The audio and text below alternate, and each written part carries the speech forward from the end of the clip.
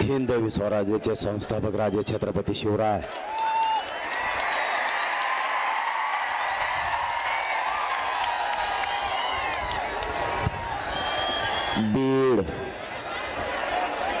बीड नगरीतील आणि बीड जिल्ह्यातून आलेल्या माझ्या तमाम मराठा बांधवांना माझा मानाचा जय शिवराय।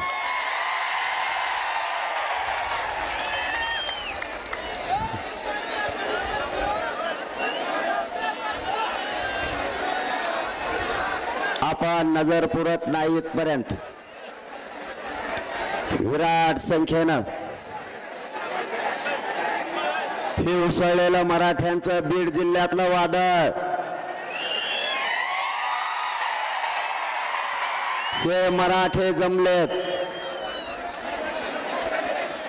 हा आलेला बीड जिल्ह्यातल्या मराठ्यांचा एकजुटीचा महाप्रलय, हा महाप्रलय बघूनच येवल्याच्या एडपणाला संडास लागल्याशिवाय आता राहत नाही। आपण इतक्या विराट ताकदीनं जमलात, त्यामुळे मी माझ्या मायबाप बीड जिल्ह्यातल्या मराठा समाजाच्या चरणी मनापासून नतमस्तक होतो।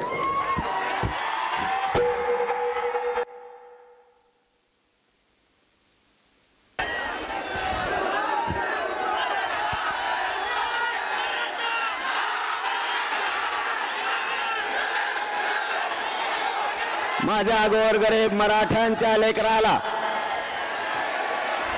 न्याय मिळाला पाहिजे म्हणून मिळेल त्या वाहनानं आलेल्या माझ्या सर्व बांधवांना मानाचा जय शिवराय। मिळेल त्या वाहनाने माझी माता माऊली आली, मिळेल ते अँब्युलन्स पुढे घ्या म्हणते बाबा, त्यांना दिसा नाही, घ्या थोडी पुढे घ्या, का करता आता, घ्या घ्या घ्या घ्या।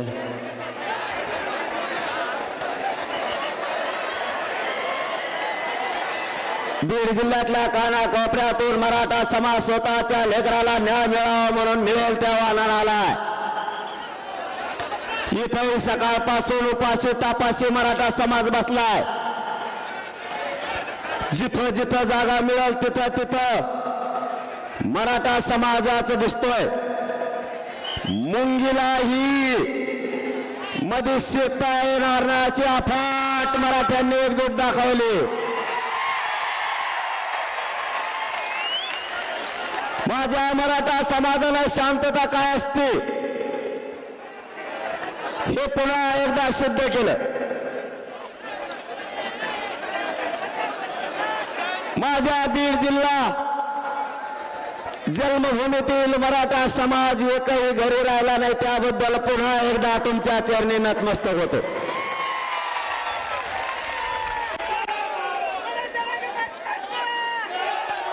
इतका वेळचे आपण बसलेला असताना आपण पाणी प्यायला सुद्धा जात नाहीत, आपण जेवायला सुद्धा जात नाहीत, आणि खूप वेळ झाल्यामुळं बाहेर जाण्याऐवजी लोंढेचे लोंढे पुन्हा आत यायला लागलेत। हे बघा, पुन्हा मराठे यायलाच लागलेत। एकही मराठा जागा सोडायला तयार नाही। मराठ्यांना हवंय आता त्याच्या लेकराचं आरक्षण, म्हणजे मराठा आरक्षणच। मायबाप मराठा बांधवांनो, आपल्याला डाग लावला गेलाय। मागची बंद करता कर तुम्ही, यार त्यांना आवाज आहे ना म्हणतात, काहीतरी बघाय बाबा। कुठे गेला मला तर काहीच दिसत ना। अरे ते मागचे बंगून राहिले भाऊ माझ्या नावाने, त्यांचं बघ काहीतरी लवकर। ज्यांना दिसत नाही त्यांनी फक्त बघा। आरक्षण कसं आणायचं ते, आणि मराठे कसे आरक्षण आणते तुम्ही नुसतं बघा म्हणा। आता ज्यांना आवाज येत नाही ना, ज्यांना तुम्हाला दिसत नाही नका दिसून देऊ, आवाज येत असेल ना मग फजिती करायचं मागत का तुम्ही? आवाज कस काय येणार त्यांना? नाही म्हणते ते काय खोटं बोलते. एक तर आरक्षण नाही, खोटं कसं काय बोलते? जेवढा येतं तेवढा आहे का? मग काय करता आता एखादी सांगेन मी तुम्हाला. मायबाप मराठ्यांना आपल्याला अर्ध्या घंट्यात सगळा विषय मांडायचा आहे. कोणीही आपली जागा सोडू नका. आणि जागा सोडणारा बीड जिल्ह्यातला मराठा अजिबात नाही. आपल्याला डाग लावला गेला. शांततेने असणाऱ्या मराठा समाजाला डाग लावला. कोणी म्हणतं आमचे घर जाळले, कोणी म्हणतं आमचं हॉटेल जाळलं. आमच्यावर खोटा डाग लावलाय. यांनी यांचेच हॉटेल जाळले आणि निष्पाप माझे गोरगरीब मराठ्यांचे बांधव तुम्ही गुतवले. पण भेणार तो मराठा कसला, आणि त्यातले त्यात बीड जिल्ह्यातला.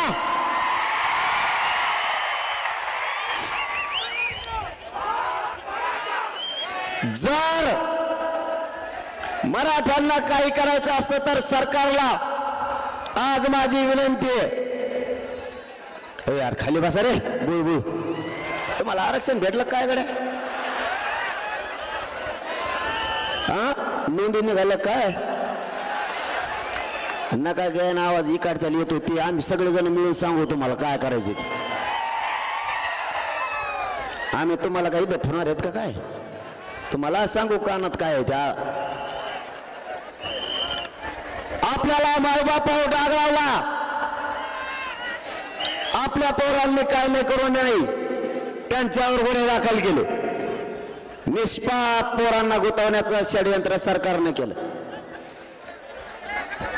आज इतक्या लाखानं मराठे कोणालाच मोजता येत नाहीत. मराठ्यांना जर काही करायचं असतं तर आज केलं असतं का नसतं? मग मराठ्यांनी शांतता रॅली काढली होती. शांतता. सरकार झोपू नका.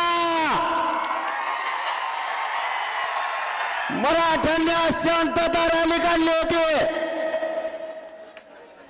मराठ्यांना राज्यात शांतता हवी.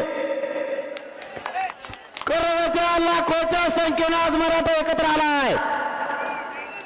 शांततेत शहरात गेला आणि शांततेत मैदानात आलाय. विनाकारण त्याला डाग लावू नका. आणि हाच मराठा या राज्याला शांतीचा संदेश देण्यासाठी लाखोच्या संख्येने एकत्र येऊन शांतता रॅली केली. हे कधीच कोणाची जाळपोळ नाही करू शकत.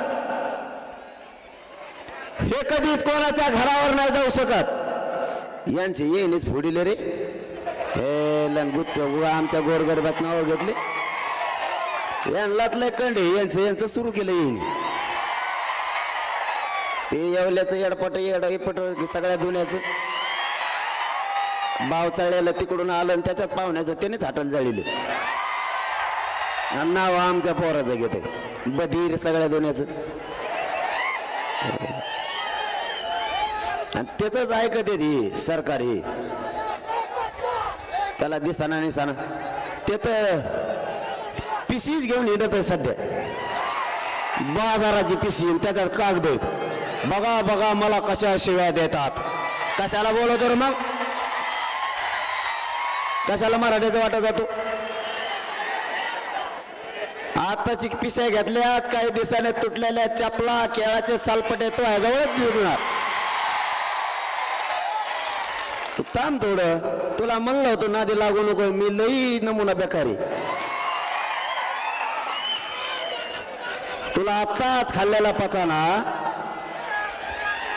तर नंतर कसं व्हायचं हो? तुला आताच पचा नाही. अरे त्याला समर्थ मी तुम्ही टेन्शन ना घेऊ. त्याला आत्ता उलटा पालता करतो. त्याची काय काळजी नको. आता कशा आवाजात बोलू तू? बारीक असा जस काय कळली कधी त्याला. जरंगे साहेब म्हणतोय आता. पहिल्यांदा नीट राहायला असतात नसतं जमलं का आळी वळवळ करते शेपटाची दिसतंय बी कसलं काय नो रंगनाथ रंग बदलणारा रंग गप मारायचं मला गिरीश महाजन साहेबांनी सांगितलं जरांगे पाटील तुम्ही बोलू नका मी त्याला समज दिली मी गप बसलो म्हणलं जाऊन त्या टंकार झालेलं आहे म्हाताऱ्याला काय हाल बोलायचं मी 4 दिवस काही बोललो का आणि मग त्याला काल काय बडबड हळूच बारीक आवाजात बोलतो द्या सगळं त्यांना द्या सगळं बंगले बांधा त्यांच्यापाशी तिथंच राहा तिथंच कायदा बारा एडपट बुजगाव नको डल्लं मग शाळा काढीत त्याला अक्कल कसले मंत्री गेलं का नाही असलं कोणी महाराष्ट्राला कल काय घेण्या देण्याचं हे डबडे तू थांब एकदा आरक्षण मिळू मग तुला कचकात दाखवतो तो लय दिवसाची फडफड चालली माय बाप मराठ्यांनो फक्त एकदा आरक्षण मिळूस तर शांततेत आंदोलन करा त्याच्यात किती तुम्ही एकदा बघायचं झाला बघूच आपण आम्ही गप बसलो की काढा करतो मला गप बसी देत मी गप बसलो की ते सुरू करतो त्याला दम मग मला चौथळेला मला नाही निघत दम कारण मी खानदाने तुमच्या रक्तामासाचा ओरिजिनल मराठ्यांच्या अवलाद आहे दम नसतो काढी माझ्या मराठ्यांच्या आरक्षणाच्या विरोधात जर कोणी बोलला तर त्याला सुट्टी नाही मग तो कोणी असू द्या आम्हाला आमच्या हक्काचं आरक्षण पाहिजे त्यासाठी आज संघर्ष सुरू आहे तुटक जाऊन दे रे टाकेशन टकोऱ्यात माया बोलू दे मला जरशी ते मोग फडफड फडफड फडफड झालं मला मुख्यमंत्री झाले का आरक्षण घेऊन मला काही मिळत लागा ना ते काय वाजायला लागला आधी आणि ते काय घेतलं मोठं वाजलं मी वर बघितलं म्हणलं हेलिकॉप्टर उतरत येते खाली शिडी लिहून आता पण त्यानंतर वेगळंच कळालं काहीतरी शेतकऱ्याचं काहीतरी सहल होती त्याला कळना संडास लागली तरी बी ते कळून घे ना हे मराठी कशासाठी एक आलेत या मुख्यमंत्री आणि 2 उपमुख्यमंत्र्यांना माझी आज चंपावती नगरीतून विनंती आहे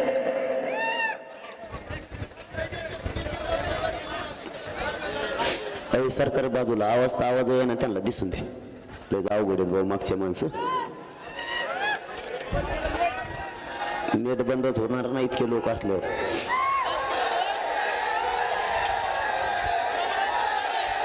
काय झालं हा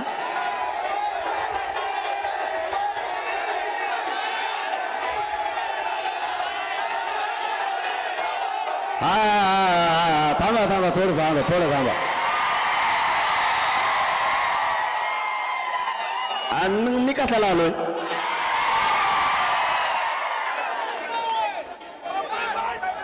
दोनही मुख्यमंत्री आणि 2 उपमुख्यमंत्र्यांना विनंती या चंपावती नगरीतून इथं 1 वर्षाचे लेकरं सुद्धा मांडीवर घेऊन माता मावल्या बसल्यात इथं 70 ते 90 वर्षाचे आजोबा आणि आजी सुद्धा बसली आमची सगळ्यांची योजना एकच आहे मराठ्यांच्या लेकराला आता आरक्षण मिळवून द्यायचं त्याशिवाय मागे हटायचं नाही सरकारने शहाणपणाची भूमिका घ्या त्या व्यक्तीचं ऐकून जर तुम्ही मराठ्यावर अन्याय केला तर तुम्हाला जळ जाईल त्याचं ऐकू नका असा उद्देश दिसायला लागलाय देशातले जेवढे राज्य त्या राज्यातली मोठी जात संपवण्याचा तुम्ही घाट घातला असा अंदाज दिसायला लागलाय पण शेवटी एकदा जर मोठा सगळा समुदाय खवळला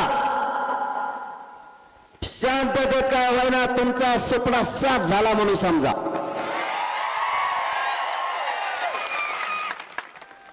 तुमचा राजकीय सगळ्या अस्तित्वाचा सुपडा साफ होईल माझ्या मराठ्यांना तळपू नका नवीन पद्धत राबवू नका. तुम्ही एकदा प्रयोग केलाय, तुम्हाला आतापर्यंत तुम्ही केलेल्या अंतर्वालीतल्या प्रयोगाचं भोगावं लागलंय. आता सावध व्हा.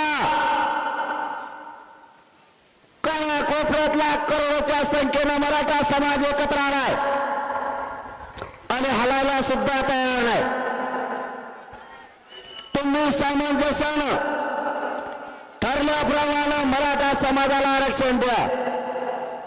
त्याचं ऐकून जर तुम्ही मराठ्यावर अन्याय केला तर आता पुढचं होणारं आंदोलन तुम्हाला 100% जड जाणार. कारण ही फक्त एकटा बीड जिल्हा आहे, आणखी सगळा महाराष्ट्र भरायचा आहे. जिल्ह्याला जिल्हे आणि घराला घराबाहेर पडणार आहेत. मी सगळ्याला पाणी पाहिजे तर मला पाण्याची काय गरज आहे? मी लय निवारणा म्हणून आहे. पाणी भाषण उसर पेत नसतो, भाषण झाल्यावर 1.5 घंटा पेत नाही, पण त्याला पाणीच पाहिजे. त्याचा खोटाच उठलेला दुसरा ठोकला. कारण तुमचाच मुर्ग आहे, मी काय लोकच थोडाच आहे. मला परिवारच मानत नाही. लोकांचं उलट आहे. लोक म्हणजे आधी कुटुंब मग बाकीचं. आपलं तसं नाही, आपला उलटा खेळ आहे. आधी समाज आणि मग कुटुंब. हा मराठा समाज माझा मायबाप आहे. या समाजालाच मी मायबाप मानलं आणि ज्या समाजाला मायबाप मानलं त्यांच्याशी माझं लेकराचं आणि माय माऊलीचं नातं झालं. आम्ही माय लेकरं झालो. मग या समाजाची गद्दारी करायला हे आंदोलन उभा केलेलं नाही. यांचा सगळ्यात मोठा प्रॉब्लेम एकच आहे. ऐ बापा दिठवून मोबाईल बाबा आला का तुला पण मुंबईत फोन दुट्टे खालटे कुलशी मग होकायला लागला मग इकडं मग इसरून जात असतो. कुठं राहिलं तर सांग बरं.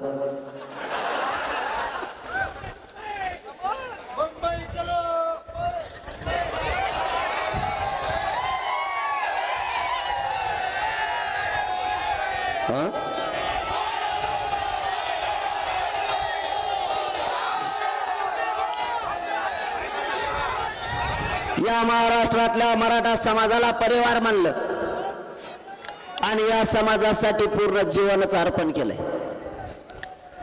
ही तर एक त्या बीड जिल्ह्याची ताकद आहे. तरी अर्धे आम्ही घरी ठेवले. तिथले काम सांभाळायला पुरे जर आले ना आम्हाला 7-8 चेक करावं लागत. महाराष्ट्रातल्या कानाकोपऱ्यातून मराठा समाज आंदोलनात सहभागी झालाय. माय बापा तुम्हाला शब्द देतोय, तुमची एकजुटीची ताकद मी जिवंत आहे तोपर्यंत व्हायला नाही जाऊन देणार. यांचा प्रॉब्लेमच ते मी यांना मॅनेज होत नाही. सगळ्यात मोठा प्रॉब्लेम असेल तर ते. कारण काय झालंय मन पैशात जमत नाही, पदाचं मुळ जमत नाही आणि इंग्लिशचं मुळ कदर झालाय पुरा जमतच नाही.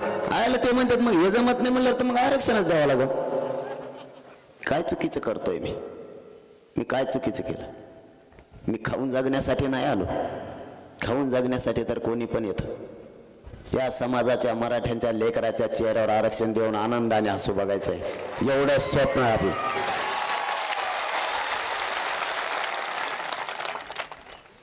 मी काय चूक केली? माझ्या मराठा समाजानं आरक्षणाची मागणी केली. दशक व्हायला गेले. पिढ्याना पिढ्या बर्बाद झाल्या. आई बापानं लेकरं शिकायचे आणि स्वप्न बघायचं. माझा लेकरं सुद्धा अधिकारी होईल आणि माझ्या वाट्याला आलेलं कष्ट कमी होईल. प्रसंगी बापानं कर्ज काढायचं पण मुलं शिकवायचे. पैसे कमीच पडले तर आईला स्वतःच्या अंगावरचं सोनंही मोडायचं पण लेकरं शिकवायचे. तिचं स्वप्न होतं माझं लेकरं मोठं होईल. लोकशाही मराठी ऐका, पहा, जागरूक रहा.